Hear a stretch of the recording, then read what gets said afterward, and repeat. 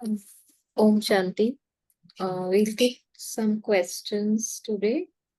तो first question है, बाप समझाते हैं आत्माओं में ही संस्कार भरे जाते हैं। आत्मा निर्लेप नहीं है। निर्लेप होती तो पतित क्यों बनती? जरूर लेप छेप लगता है तब तो पतित बनती है। Please clear this. बिल्कुल, भक्ति की भाषा है ये।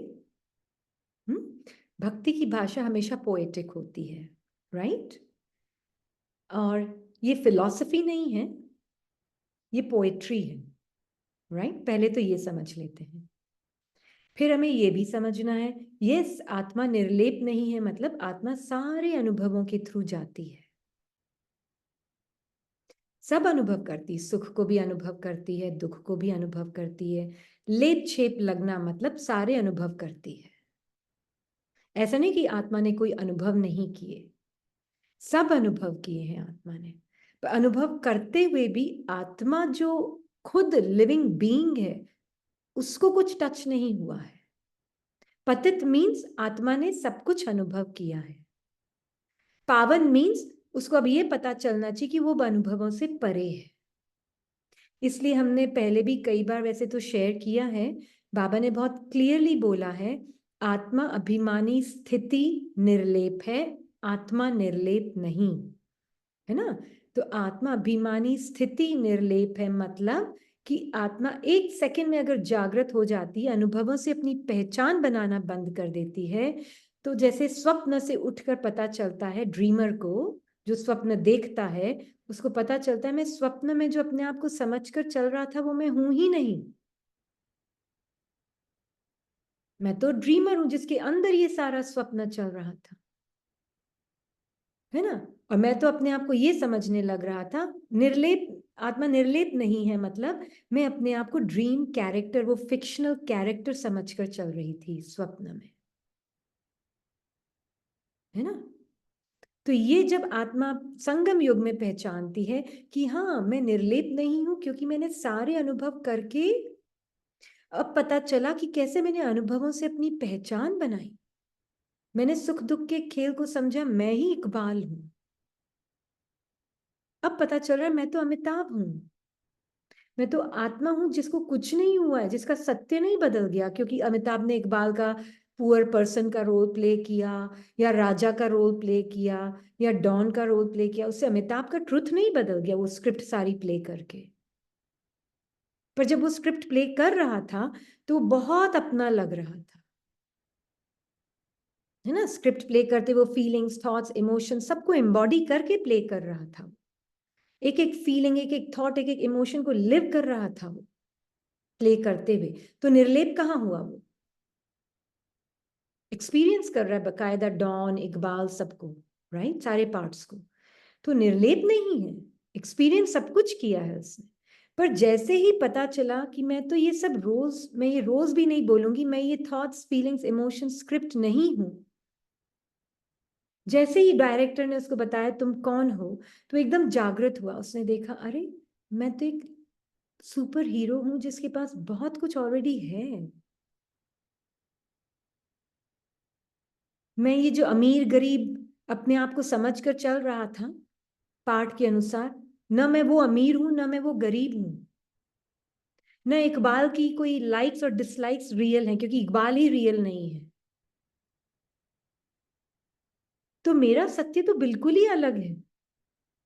तब आत्मा को पता चला, जागते ही, मैं निर्लेप, आत्माभिमानी स्थिति निर्लेप है, मतलब जैसे ही मैं जागृत हुई मुझे पता चला मुझे कुछ नहीं हुआ है, I am for ever the same, चाहे कितने भी पार्ट्स प्ले कर लिए 84 जन्मों के, पर मेरा सत्य बिल्कुल चेंज नहीं हुआ। ये है पतित से पावन बनना, है ना। हाँ जी।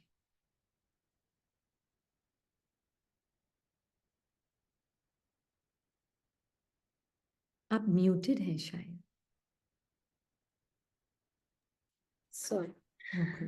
सिख धर्म में ग्रंथ के आधार से सर्वव्यापी का यह कॉन्सेप्ट इतना गहरा बैठ गया है बुद्धि में, जो निकलता ही नहीं। तो क्या आप इसे स्पष्ट करेंगे? हाँ जी। मुझे इतना सिखिज्म के बारे में तो नहीं पता, पर इतना जरूर पता है कि इन्होंने भी एक ओमकार, सतनाम, वाहे गुरु एक को ही कहा है ना। और भी कुछ है तो अगर आपको पता है, और भी नाम जो देते हैं वो परमात्मा को।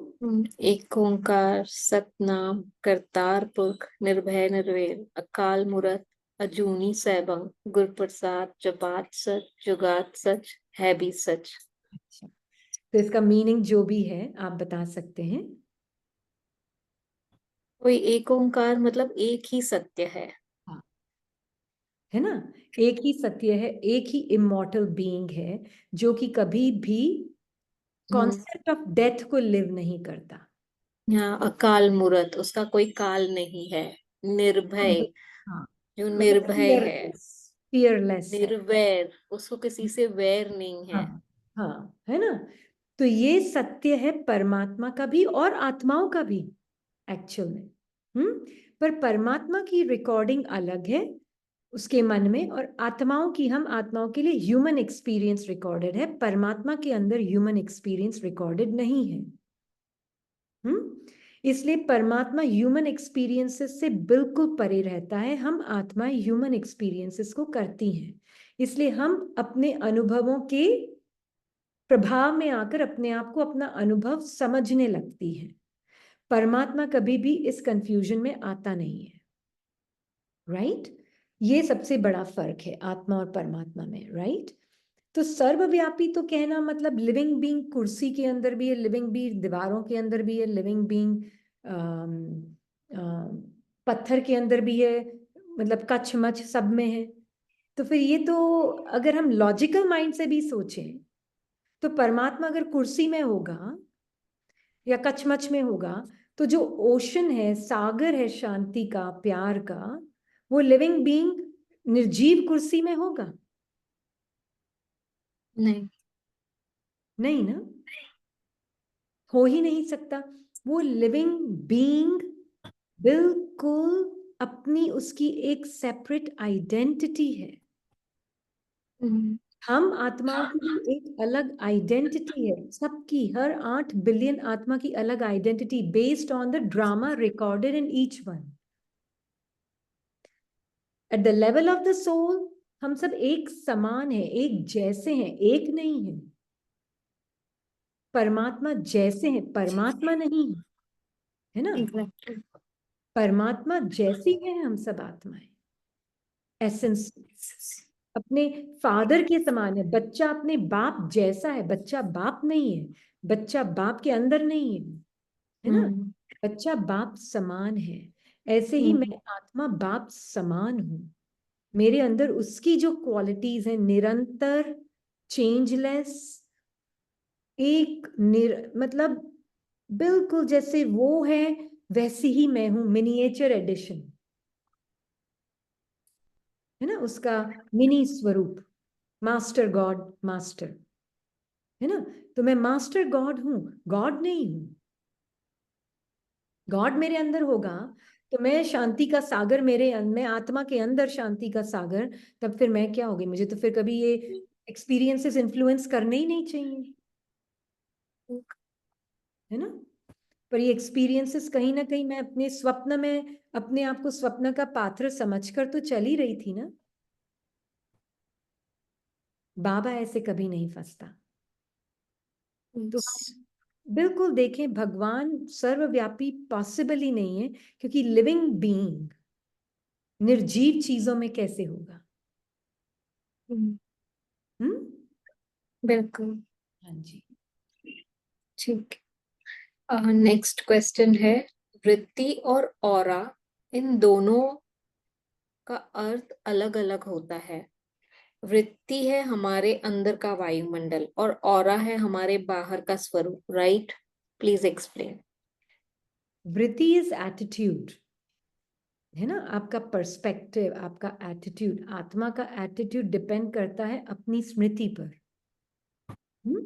और फिर मान लीजिए मैंने, आत्मा ने, हमने जैसे आज भी क्लास में देखा था, मुझ आत्मा ने अपने आप को कोई एक पर्टिकुलर लिमिटेड फाइनाइट फीलिंग समझ कर चल रही हूं, तो फिर मेरी वृत्ति भी उस अनुसार होगी।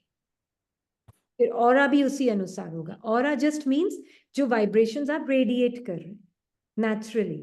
अगर मैं अपने आप को ये समझकर चल रही हूँ, एक थॉट आया मन में, मेरे अंदर से ही आया वो थॉट, आत्मा के अंदर से थॉट आया, मैं बहुत बेटर हूँ दूसरों से, और या फिर मैं बिल्कुल लायक नहीं हूँ।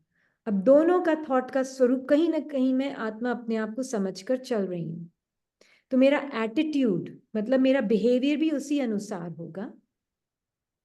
और जब मेरा बिहेवियर ही उसी अनुसार होगा तो मेरा ऑरा मतलब मेरी जो वाइब्रेशंस हैं वो भी उसी अनुसार, क्योंकि मैं आत्मा जिस चीज को पावर दूंगी वो ही मेरी वाइब्रेशंस होंगी, है ना। जी बिल्कुल। नेक्स्ट क्वेश्चन है, एवर प्रेजेंट बीइंग एक कॉन्शियसनेस है, हाँ जी। न कि मन बुद्धि संस्कार की तरह एक एनर्जी। हाँ तो जी। कॉन्शियसनेस और एनर्जी में अंतर बताएं। हाँ जी, consciousness is the living being.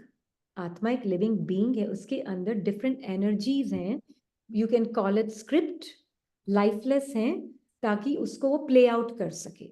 एक एक्टर होता है ना, अपने साथ एक स्क्रिप्ट लेकर आता है साथ में स्टेज पर, राइट। घर पे होता है तो उसको स्क्रिप्ट की जरूरत नहीं होती है, पर थिएटर में आता है प्ले करने तो वो स्क्रिप्ट की जरूरत है उसको, राइट। स्क्रिप्ट के बिना वो प्ले नहीं कर सकता अपना पार्ट। ट्रू। ऐसे ही आत्मा लिविंग कॉन्शियंट एक्टर है। उसके अंदर स्क्रिप्ट है, संकल्पों की, संस्कारों की और चित्रों की। चित्र कोई स्थूल चित्र जैसे नहीं, इमेजेस बनती हैं, माइंड के थॉट्स के द्वारा क्रिएट होती है वो इमेज। तो वो जो है मन बुद्धि संस्कार के अंदर रिकॉर्डेड है, प्री स्क्रिप्टेड है, ताकि जब living conscient being, living conscient actor जब ये वर्ल्ड स्टेज पर प्ले करता है अपना पार्ट, तो वो स्क्रिप्ट को वो ऑटोमेटिकली, जैसे अमिताभ इकबाल जो एक स्क्रिप्ट है ना, वो एक थॉट्स फीलिंग्स इमोशंस को जान देता है, उसको पहनता है, उसको प्ले करता है। ऐसे ही आत्मा उस थॉट्स फीलिंग्स इमोशंस को पहनती है, लिटरली अपनी पावर ऑफ बिलीफ देती है, उनको बिलीव करती है, उनको अपना स्वरूप बनाकर प्ले करती है। पर उन फीलिंग्स थॉट्स इमोशंस में थोड़े ना अपनी जान है, वो तो इनर्ट एनर्जी है। पर मैं आत्मा उसको अपना पावर ऑफ बिलीफ देती हूं, जिससे वो एनर्जी वो हो जाती है, लिविंग हो जाती living. I am living those feelings. I the being conscient, I'm living those lifeless energies. Then they है। या feel alive, then they feel real. ठीक। हाँ जी। अभी ये क्वेश्चन है कि जब पुराना मन, इन्होंने ब्रैकेट में एक बार लिखा है, आत्मा में मर्ज हो जाता है, तब आत्मा दिव्य मन, दिव्य बुद्धि, दिव्य संस्कार धारण करने योग्य बन जाती है। तब आत्मा की साक्षी और साथी स्थिति इमर्ज होती है। अच्छा, एक्चुअल में इमर्ज नहीं, आत्मा है ही साक्षी साथी के साथ। सोल साक्षी है साथी के साथ, बिल्कुल राइट। और वो लिविंग बीइंग जो कि बिल्कुल साक्षी है साथी के साथ, वो ही हमारी इटर्नल पोजिशनिंग है। इटर्नल मीन्स नहीं लॉन्ग लॉन्ग टाइम, मतलब ये ट्रुथ है नाउ का, इस मोमेंट में भी मेरा ये ट्रुथ है कि मैं आत्मा परमात्मा के साथ बिल्कुल साक्षी होकर होकर नहीं, साक्षीपन की स्मृति में साथी को अनुभव कर रही, मतलब उसकी ही फीलिंग मेरी फीलिंग है। अब उसमें दूसरी लिमिटेड फीलिंग्स भी मन में आएंगी, लिमिटेड थॉट्स भी सामने आएंगे, पर मुझे वो अपने फॉरेन लगेंगे, मुझे अपने नहीं लगेंगे, है ना। तो उससे क्या है, वो पर्सनल इकबाल जो है, जो फिक्शनल नॉन एग्जिस्टेंट सेल्फ है, वो अपने आप ही धीरे धीरे थॉट्स फीलिंग्स इमोशंस डिसॉल्व होते जाएंगे, क्योंकि उसको कोई ऑक्सीजन देने वाला नहीं है अपने अटेंशन और अपने इंटरेस्ट से। क्योंकि मैं आत्मा उसको अपना इंटरेस्ट और अपना अटेंशन नहीं दे रही, तो जैसे जैसे वो थॉट्स फीलिंग्स इमोशंस डिसॉल्व हो रहे हैं, वो मेरे सिर्फ सत्य स्वरूप में रहने से होंगे। एज इकबाल मैं अमिताभ नहीं बन सकती, है ना। इकबाल बोल रहा है मुझे परफेक्ट बनना है। इकबाल बोल रहा है मुझे अमिताभ बनना है। अरे इकबाल तो है ही नहीं रियल, वो बनेगा क्या? वो एग्जिस्ट ही नहीं करता है तो वो बनेगा क्या? तो इसलिए बनना नहीं है, हम मर्ज होगा तब मैं परफेक्ट नहीं होंगी, मैं हूं ही परफेक्ट, उस स्मृति से वो मेरे अंदर मर्ज होगा, और जब वो फुली मर्ज हो जाएगा तब मैं बॉडी छोड़ दूंगी। ओके, क्लियर हुआ? बिल्कुल। हाँ जी। ये नेक्स्ट क्वेश्चन है, आई एम चेंजलेस, लेकिन मुझ में क्या चेंज नहीं हो रहा है? क्या ये 7 इनेट कोर क्वालिटीज और 8 पावर्स? हाँ जी, आत्मा में क्या चेंज नहीं हो रहा है? सबसे पहले तो चेंजलेस मतलब आज कुछ कल कुछ, आज कुछ कल कुछ। ट्रुथ की परिभाषा ही अलग है। ट्रुथ की परिभाषा जो कभी चेंज नहीं होता। अगर मैं अपनी पहचान चेंजिंग फीलिंग से बनाती हूं तो फिर तो मैं चेंजफुल पर्सन बन गई ना, है ना? तब तो मैं चेंजफुल पर्सनल आइडेंटिटी बन गई। जितना मैं अपने चेंजलेस स्मृति को जानती, मतलब मेरा जो शांति है चेंजलेस का, कोई बिगिनिंग नहीं है, कोई एंड नहीं है। तो मेरी शांति, मेरा सुख, मेरे पावर्स, मुझ आत्मा के कोई बिगिनिंग नहीं है, कोई एंडिंग नहीं है। नेवर चेंजिंग, कांस्टेंट, एक रस है। पर मन कॉन्स्टेंटली चेंजिंग, बिगिनिंग भी है एंड भी है। थोड़ी देर शांत है, फिर थोड़ी देर दुखी है, फिर थोड़ी देर सुखी है, फिर थोड़ी देर कुछ, फिर थोड़ी देर कुछ, फिर थोड़ी देर कुछ, बदलता रहता है गिरगिट की तरह रंग। पर अगर मुझ आत्मा ने ध्यान नहीं रखा कि मैं चेंजलेस हूं, तो मैं चेंजफुल फीलिंग से अपनी आइडेंटिटी बनाऊंगी, है ना? मेरे पावर्स, मेरा ट्रूथ, यस, मेरी innate inherent qualities are changeless, they never end, they never begin, they are forever eternity in the now.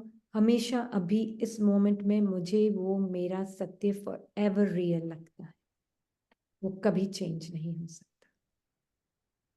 क्या योग बल जमा करना यानी विल पावर जमा करना है? नहीं, है ना? योग बल जमा नहीं, जमा करना मतलब बाबा के साथ, और बाबा तो बोलते हैं योग भी मत यूज करो, याद शब्द यूज करो, आज बोला ना।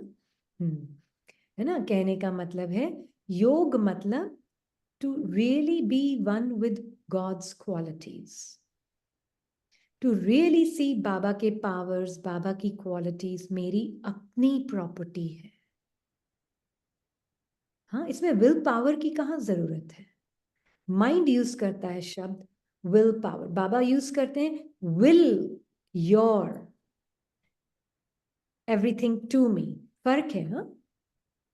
या अपना सब कुछ मुझे दे दो, मैं अपना पावर तुमको विल करता हूं, विल में देता हूं, विरासत में देता हूं। तो जब ये कहा जाता है कि योग बल जमा करना है, so what does that exactly means? हाँ जी, योग बल जमा करने का मीनिंग सिर्फ ये है, जमा अगेन इट्स अ भाषा। जमा क्या करना है? ऑलरेडी आप तो है ही परफेक्ट बीइंग। पर क्या होता है ना, मैं अपने आप को क्या समझकर चल रही थी? Dream character.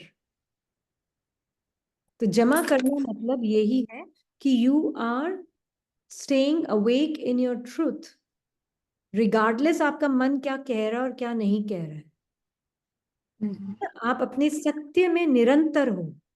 संगम युग मतलब निरंतर सत्य। तो निरंतर सत्य में हूं। अब इसमें माइंड कुछ कभी अनुभव देगा खालीपन का, कभी अनुभव देगा भरपूरता का, कभी अनुभव देगा बहुत अच्छा योग में मन लगा, कभी अनुभव देगा बहुत भागा मन इधर उधर। आत्मा को बहुत क्लियर है कि ये कुछ भी सत्य नहीं है जो मन कह रहा है, मेरा सत्य फॉर एवर अनटच्ड है। ये आत्मा जो एक्सेप्ट कर रही है 100%, 80%, 50%, 40%, that is called accumulation. To what extent आपने एक्सेप्ट किया है अपने इस सत्य को कि आप 100% भरपूर अब भी हैं, होंगे नहीं, अब भी हैं। ये है योगा पावर। ओके, ये दो क्वेश्चंस है पर we can take it together या। तो ये बोलते हैं कि आत्मा भाई को देखो यानी रोल कॉन्शियस से न देखना विदाउट एनी एक्सपेक्टेशन, क्या यही है भाई भाई की दृष्टि? ओके, भाई भाई की दृष्टि is bit more than that. Role is a very very स्थूल वर्ड। रोल तो हम बोल तो देते हैं रोल में नहीं देखना, पर मन में संकल्प, फीलिंग, थॉट्स, इमोशंस आना बंद नहीं हो जाते हैं। जी। मिक्सिंग चलती रहती है क्योंकि हम role role role word use करते हैं। और role is just nothing other than just a cluster of feelings, thoughts and emotions. या एक क्लस्टर है, एक गुच्छा है थॉट्स, फीलिंग्स, इमोशंस का, है ना। और मैं आत्मा जब तक अपने उस नेकेड ट्रुथ को नहीं एक्सेप्ट किया 100%, और अपने ही संकल्प, फीलिंग्स, इमोशन, सेंसेशन से साक्षी नहीं होती, तो भाई भाई की दृष्टि सिर्फ माइंड की एक कमेंट्री है। क्योंकि मेरा sense of self for who I am, वो किस हद तक ये है कि मैं हूं ही बाबा जैसी, मेरी हर फीलिंग बाबा जैसी। जब तक वो क्लियर नहीं है तब तक भाई भाई है। और ये सब अच्छी बात है, माइंड ये कमेंट्री कर रहा है, खराब नहीं है, अच्छी बात है, पर it is still not 100% clarity there. और मुरली सुनते टाइम आत्मा होकर बैठो मीन्स अटेंशन से बैठना, मन और बुद्धि को एकाग्र रखना। आत्मा होकर बैठने का क्या मीनिंग है? आत्मा तो है ही आत्मा, है ना। आत्मा तो है ही आत्मा, राइट। और सिर्फ मुरली के टाइम में क्यों, पूरा टाइम, है ना। बिल्कुल। तो पूरा ऐसा थोड़ी ना होगा पूरे दिन तो मैं नॉन एग्जिस्टेंट सेल्फ की तरह चल रही हूँ और मुरली के टाइम में आत्मा बन के बैठ जाऊं, पॉसिबल नहीं है। बिल्कुल। तो अंतर्मुख और अपने ही मन से साक्षी। रोल एक शब्द क्वेश्चन। भी, रोल शब्द से भी बाहर निकले आप। जी। ये क्वेश्चन है, बाबा के साथ कंबाइंड कैसे रहें सदा, मतलब निरंतर? हाँ, कंबाइंड कैसे रहें, तो ये तो मन का क्वेश्चन है। आत्मा तो है ही कंबाइंड बाबा के साथ। ये निश्चय वो आत्मा कर सकती है जो अपने ऊपर पूरा ध्यान, अटेंशन की मेरा सत्य में इंटरेस्ट, बाबा के सत्य में इंटरेस्ट, और मन के संकल्पों से, फीलिंग से साक्षी कितना रह पाती है पूरे दिन में, वो ही आत्मा कॉन्फिडेंस से फील कर सकती है कि मैं आत्मा हूं ही बाबा के साथ निरंतर कंबाइंड। जब तक संकल्पों के वस्त्र धारण करने बंद नहीं किए, जब तक temporary feelings, temporary emotions, temporary experiences के वस्त्र धारण करना बंद नहीं किए, तब तक ये एक मेंटल कमेंट्री है, मेंटल एफर्मेशन है। अच्छा। ये लास्ट क्वेश्चन है। सत्यता माना अपने सत्य स्वरूप में स्थित होना, सभ्यता माना नैतिक पूर्ण व्यवहार करना। अभी प्रश्न ये है कि दोनों का बैलेंस कैसे रखें, सत्यता और सभ्यता का। बैलेंस, सभ्यता, सॉरी मैंने, सभ्यता से सत्य कैसे भूले? कभी कभी हम इतने कठोर हो जाते हैं सत्य बोलते कि सभ्यता पीछे रह जाती है। तो वो सत्यता ही नहीं। जहां सत्यता है, इसीलिए बाबा ने ये मुरली चलाई है, जहां रियल में सत्यता है वहां सभ्यता तो नेचुरल नेचर है आत्मा का, है ना। Where there is truth there is love, truth is love, love is truth. पर ये वो लव नहीं है जिसमें लिमिटेड भावनाएं हैं। लिमिटेड भावनाओं वाला लव नहीं है। ये वो लव है जो आत्मा का परमात्मा समान लव है, जिसमें उसको 100% अपनी सेपरेट आइडेंटिटी फिनिश्ड, जहां सत्यता है वहां कठोरता हो नहीं सकती। अथॉरिटी हो सकती है पर कठोरता नहीं होगी। कठोरता है तो झूठ मिक्स्ड है।